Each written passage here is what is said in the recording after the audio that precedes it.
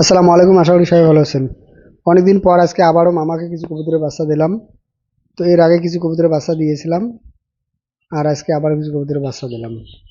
তো আজকে কত জোড়া কবুতরের বাচ্চা দিলাম এই ভিডিওর মাধ্যমে আপনাদেরকে জানাবো। প্রথমে আমি আপনাদেরকে এখানকার যে কবুতরের ডিম আর বাচ্চা আছে সেটা দেখাবো। কয়েক জোড়া কবুতর বাদে আলহামদুলিল্লাহ প্রায় সব কবুতরই ডিম দিয়েছে। তবে এবারে অনেকটা লেট করে কবুতরগুলো ডিম দিয়েছে, প্রায় 15 দিন লেট। আর এর কারণ হচ্ছে বেশিরভাগ কবুতরের বাচ্চা কিন্তু আমি খামারে দিয়েছি, যেটা এর আগে হয়তো অনেকেই দেখেছিলেন। গত 5 থেকে 6 মাস ধরে কবুতরের বাচ্চাগুলো অনেকটাই বড় করে বিক্রি করেছি। যেহেতু খামারের জন্য দিয়েছি, তো সেক্ষেত্রে এগুলোকে অনেকটাই বড় করে দিয়েছি। এর পাশাপাশি 2 মাসের বাচ্চা তো আমি নিজের জন্যই রেখেছি। আর এত বড় বাচ্চা করে বিক্রি করলে পরবর্তীতে কবুতর ডিম দিতে একটু সময় লাগে, যেটা কয়েক মাস দেখে বুঝতে পারলাম। এছাড়াও ভাদ্র আশ্বিন মাসে হাঁস মুরগি কবুতরের ডিমের পরিমাণ অনেকটাই কমে। যদি আপনারা এই বিষয়টা লক্ষ্য করেন তাহলে বুঝতে পারবেন।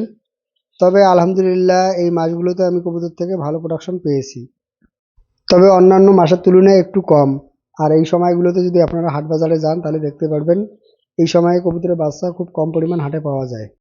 আবার দেখবেন কিছুদিন পরে যখন ধান কাটা শুরু হবে, তখন হাঁস মুরগি কবুতর প্রচুর পরিমাণে ডিম দিয়ে থাকে, যেটা আমি অনেকদিন ধরে দেখে আসতেছি। মানে এখানে প্রকৃতিগত বিষয়ের উপর নির্ভর করে। ধান তোলার পর তারা যখন প্রকৃতির খাবারটা বা মাঠঘাটের খাবারটা পাবে, তখন তাদের ডিমের প্রোডাকশন বাড়বে, কবুতরের কোয়ালিটিও অনেকটা সুন্দর হয়।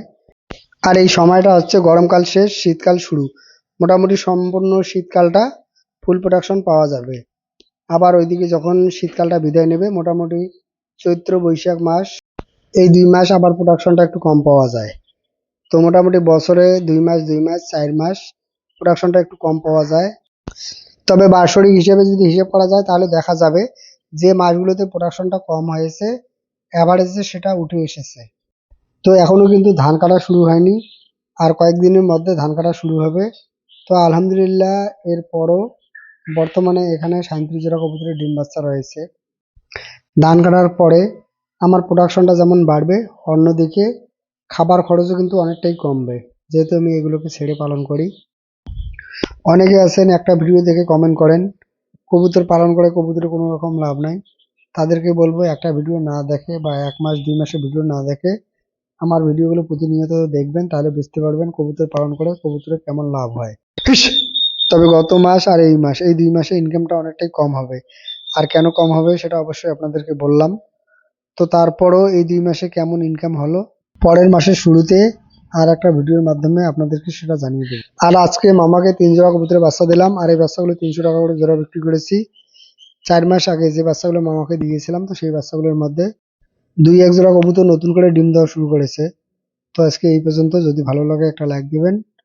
ভালো থাকুন, সুস্থ থাকুন। আসসালামু আলাইকুম।